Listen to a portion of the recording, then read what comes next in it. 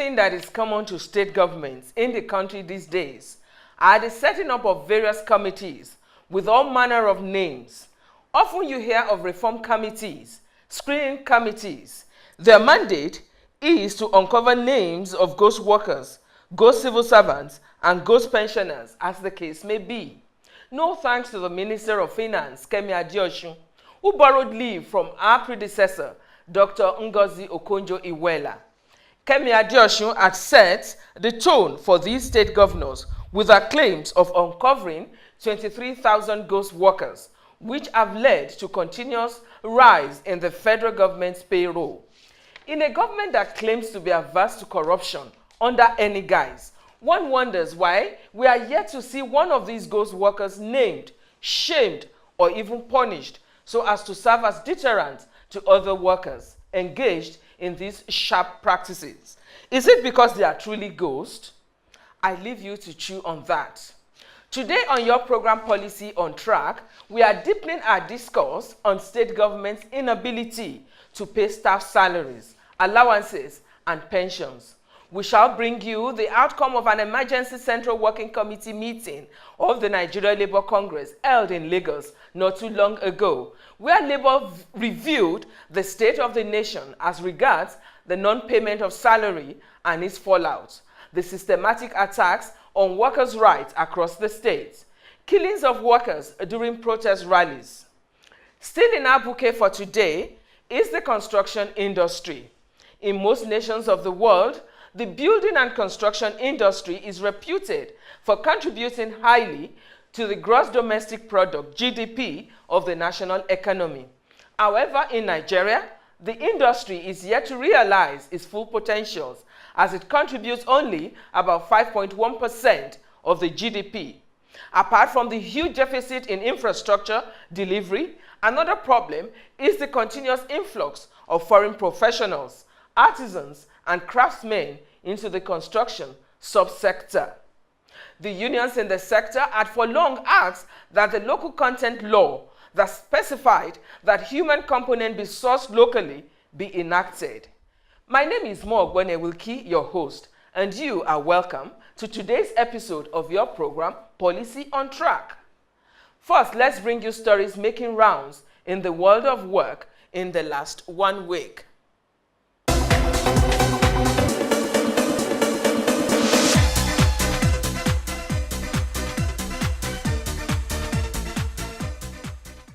The United States of America's Federal Reserve is close to hitting its target for full employment and 2% inflation.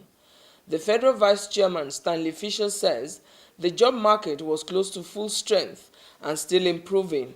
Fischer said this year's pace of growth, while slower than seen last year, was more than enough for the labor market to continue to improve. The behavior of employment has been remarkably resilient, he said on Sunday, adding that inflation outside food and energy prices was within hailing distance of 2%, the federal target rate. The livelihood of workers in the garment industry in Bangladesh is at stake, following the deadly attack by Islamist militants in the capital, Dhaka.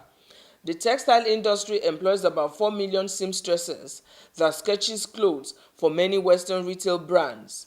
It is the second largest exporter of ready-made garments, next only to China. In July, militants overran a cafe in Dhaka, killing 20 people, most of them foreigners. This massacre has sent shivers down the spine of the industry. Soon after the incident, a number of Western buyers cancelled visits to Bangladesh, and many retail brands have started pulling their staff out of the country. The Bangladesh garments industry is only just beginning to recover from the Rana Plaza disaster in 2013, which saw a factory building collapse, killing more than 1,130 people. Most of those who died were garment factory workers.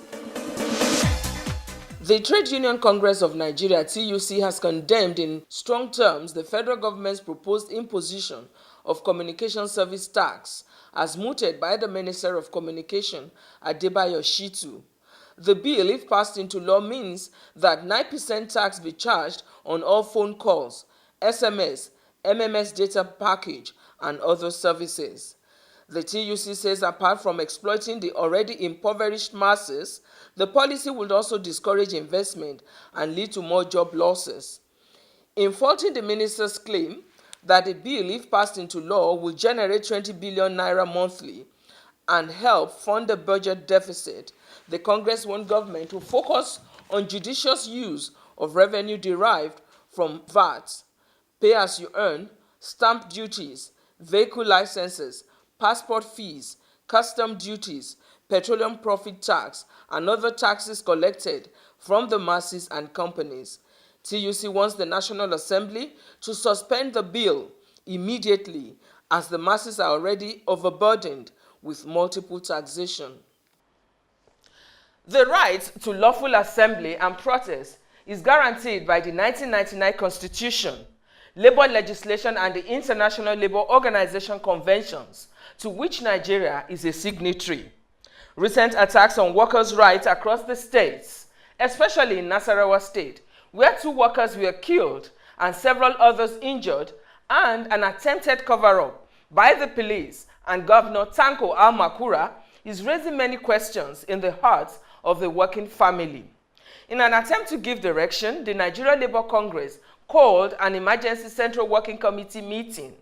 Its president, Ayuba Waba, told Nigerians that the difficulties in the economy, non-payment of salaries, as at when due, among others, will elicit reaction from organized labor and its civil society allies.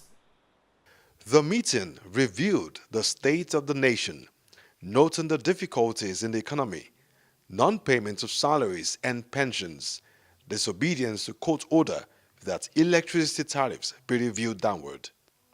The attempt by oil marketers to increase the pump price of petroleum products again did get the attention of the labor leaders. The NLC president Ayuba Waba said the systematic attacks on workers' rights across the state through unilaterally reviewing downward workers' salaries, attempting to legislate working hours and days in contravention of labor laws, ILO conventions, would be resisted. Recall that Imo and Benue states have made pronouncements of reducing working days to 3 and 4 days in a week in their respective states, including the attempt by Imo state government to try to reduce the 5-day work a week, 8 hourly, to 3-day work, including the fact that the state tried to get a law which is not in consonant with our national law, passed by the State House of Assembly, to try to undermine workers' interests. This is condemnable, and this action is to try to raise against this tyranny and also the attempt to try to reduce workers to a state of penury. How do you expect health workers who are supposed to provide health services 24 hours to abandon their work on 3 days and go to other teachers that are supposed to also work to provide quality education to our wards to abandon their work? Or how do you even divide a rule to ask others to go to work and then ask others to go to the farm? I think, however good that policy is, that is not what we envisage as diversification. There are better ways other states have done, through advancing laws, through also strengthening cooperatives, where workers can go into farming through cooperatives. You give them land and you do other things. But not this one that is like a grief gift. You give me one with one hand and tomorrow you say, no, you are not going to work for 3 days. And in that, this is the same state that is paying a percentage of the salary, despite the fact that they are only producing states. So that cannot be justified. In labor law, we believe in collective bargaining. We don't believe in imposition of policy. However good those policies is, you must engage those workers and their representatives. And in that case, there was no engagement. It is also a policy that is like a grief gift. There are many ways to diversify our economy, including making sure that people or citizens are able to imbibe farming, but not that through that process, because there are conventions on the hours you work and how many hours you put in per week to be able to justify your pay. Those are non-conventions by ILO and our national laws. And therefore, those policies or those policy pronouncements are in direct contravention of those laws. And not only that, there is no due consultation with the workers and agreement reached before you begin to canvass for that. The CWC in session observed that without provocation, the police opened fire at defenseless and peaceful workers right in front of the government house in Lafia, Nasarawa State, describing the brutal conduct of the police on workers as a betrayal of all rules of engagement by which the police is governed. Labour says the attempted cover-up by the police command and Governor Tanko Amakura will be resisted by workers across the country. The systematic attack on workers' rights across the states, especially states like Nasarawa, where 2 workers were killed and severely injured. Also, the issue of workers of Jute that were also attacked by the police and injured, the killing of students who also ended up being killed, 2 of them in Nasarawa, and also the case of police also brutality in Kogi. All of these have led to either injury or loss of life of workers, and these have actually been a serialized unlawful attack on the working class. Even if workers were on protest, which is enshrined in our national law, the right to peaceful assembly and also the right to protest on issues that workers are passionate about. These rights are already guaranteed in our Constitution, particularly the 1999 Constitution and various conventions of ILO, which has prescribed that workers have a right to protest. And in this circumstance, it's a dispute of rights where their salaries is being reduced. CWC have extended their full support to the workers of Nasarawa, and that the action that they have taken is legitimate, and therefore this unwarranted provocation by the police, including opening of fire at these defenseless workers who are very peaceful, is unwarranted, and therefore is a new attempt to try to silence workers. And therefore, workers have decided, through the instrumentality of this CWC, not only to condemn this act in totality, but that workers across the country will actually wake up to support their colleagues in Nasarawa, and that also those 2 lives are very sacrosanct. And therefore, the 23rd of August have been set aside as a national day of mourning to mourn these workers and also to protest this serial attack on workers' rights. Labour says the move by the National Assembly to criminalize employers that fail to pay salary through a proposed bill is a move that receives their support. The bill, sponsored by the Majority Leader Femi Gbajabiamila, is described as morally right and agrees with international best practice. A worker is actually entitled to his salary at the end of 30 working days. And if he's not paid, it's already a criminal act.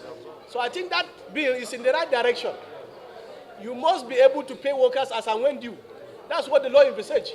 The law said after a period of 30 days, a worker is entitled to be paid. And if you don't pay him for up to a period of 3-4 months, it's criminal.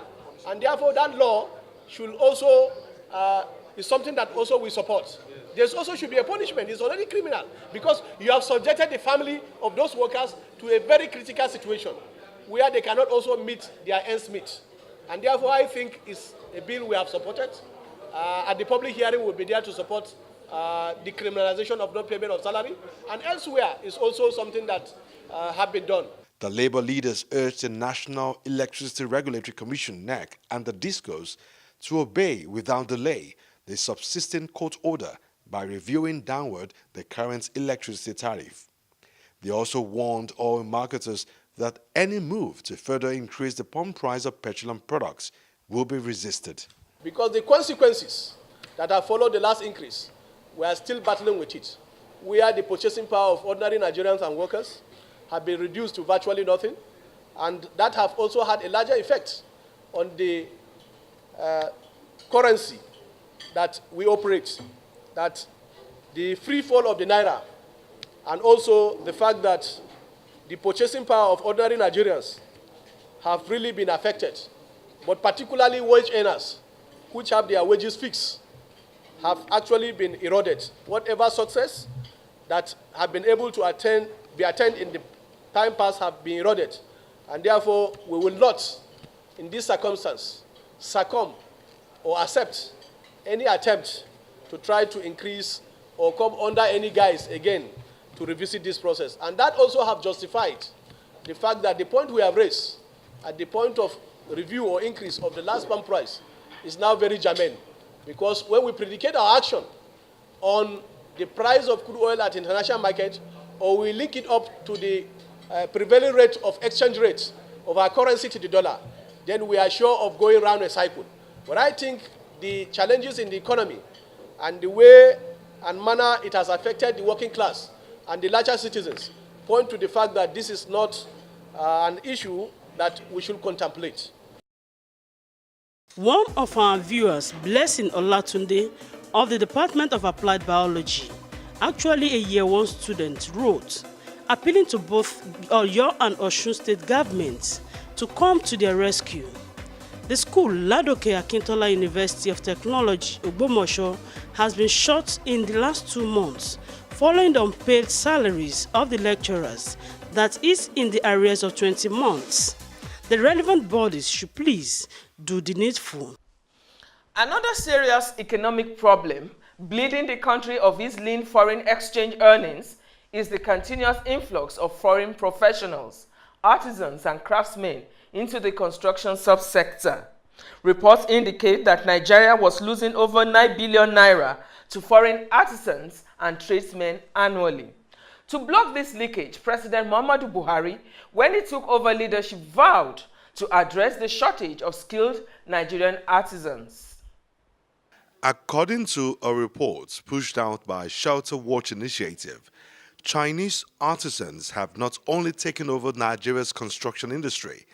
Artisans from countries such as Ghana, Togo, Republic of Benin have also done so. The report further revealed that these foreigners have taken over the jobs of local artisans with the conspiracy of house developers and construction companies, stating that some of the workers from neighboring West African countries who came to Nigeria as artisans were being invited by some construction companies in Nigeria whose headquarters were abroad. Labour, who appears frustrated, still insists that utilization of more Nigerian professionals and skilled workers would curb the ugly trend. Recently, sir, President Muhammadu Buhari said he is not happy with the influx of foreign construction workers. Is it correct? Is it true in his assessment of the situation? Actually, we have at our view in the past with regard to the influx of foreigners coming to do the job of Nigerians, thereby denying Nigerians opportunity to earn their living. I have some pictures where I met in one of the furniture companies where 2 foreigners were missing cement. So there is no magic that you will tell me that Nigerians cannot patch what they were patching. But when I saw 2 of them, it's like I perceived that could have been 2 Nigerians working. So that automatically is a loss of opportunity. I do remember the time a Chinese firm got a job in Nigeria, and it was requesting to bring over 1,000 artisans from their country, from China, that to come and do the jobs we can do here. In most cases, even the jobs we do here. So was he allowed to do that? We did have to come out to speak out. We didn't speak out. The government would have allowed them. But I know they still allow them to bring in Chinese. Understand? They still bring in Chinese. You travel outside the country on a daily basis. When you travel, as you fly into Nigeria, in the same plane which you will see over 30 Chinese inside that aircraft. They are coming in on a daily basis. Understand? So it's also because our government are not doing the right thing. There are rules to protect even people coming. People don't also need to come into the country and take the skills or take the employment of people that are here. President Buhari said his administration would ensure that the Building Craft Training School and Skill Improvement Centers in Lagos are fully revamped, staffed, and equipped to produce more skilled electricians, brick and block layers, carpenters, painters, welders, plumbers, fabricators, and other artisans. Rather, Labour says government should reactivate abandoned projects and employers should not continue with redundancy and layoffs because of non-payments. They want legislation that will create Nigerian content agenda for the construction industry. The challenge in construction industry goes beyond bringing people to work. It comes to asking where are they coming to work? Working as who? If you make people to be skilled workers, the opportunity created at that time should advance their decent wage to represent the input they are giving to these companies. But unfortunately, these same people are engaged with serious casualization practice, such that you finish training somebody, you bring somebody to feed, and the person earn peanut as though he's still a casual. So for me, government should advance this program to go beyond training. But first, we agree with him, they should do the training as quickly as possible to provide more opportunity for Nigerians, in order that as we engage into infrastructure development, certainly we should not be at that time looking for people to do the job. So if Mr. President by 2016 will engage capital projects as they have advocated, certainly they need Nigerians to be accommodated. And such can only be done in furtherance to monitoring the activities in the construction industry, monitor the anti-labor practice by all these employers, in order that those that are engaged in casual practices certainly should be eliminated, because contracts are awarded not on contract basis. They are awarded on skillful manner, whereby salaries are accommodated per worker, per feed. But in this case, they choose to pay what they will pay at a particular project. What can be done to bring a permanent solution to the shortage of skilled workers? We also have challenges where safety is not guaranteed in the workplace. We have challenges where medical is not provided for the working class of Nigerians. So it goes beyond foreigners coming in. We're talking about protecting the few Nigerians that are working. There is no protection in the workplace. And then Mr. President should further expand this work plan to accommodate other challenges in the workplace, so that we should be able to have an accident-free construction industry where workers will do their job effectively. The so to say propose Nigerians to be trained. When they're now free from that training, they should be coming into an atmosphere where they can carry out such operation and give their best. For the need also to have a local content arrangement in the construction industry as we have in the oil and gas sector. If we have such laws that will protect people coming into the country anyhow, even if you have to come to we don't say you should not come, but if you have to come, you must transfer this technology. And transferring this technology, okay, work for a period of, even we have already laws, some laws, that if a foreigner comes in as an expatriate, you work for, say, about 4 years. Within that 4 years, you must have Nigerians to study you, then and leave. But those laws are not implemented in Nigeria. The Nigerian Immigration Service don't do their job. They are supposed to protect and regulate the people that come to the country. In the 7th Assembly, a bill was proposed, and we were there also at the public hearing. And that bill went through first and second reading. But at the end of the day, that bill did not see the light of day. If we have such bill, a local content arrangement in the construction industry, it will help create a lot of jobs for Nigerian youth. Construction industry is the largest employer of labor in the private sector. Yet, 70% of major construction works in Nigeria is done by multinational corporations registered in the country. Let me lend my voice to that of organized labor, that in view of the incalculable damage done to the economy a few months ago, when the price of petrol was increased, contemplating further increase at this time should not be an option. Well, we just have to apply the brake right now. Thanks for being there for us. Let's do it again next week. Don't forget to send your thoughts to us through any of our social media platforms. My name is Mo Ogbonne Wilkie. Bye-bye.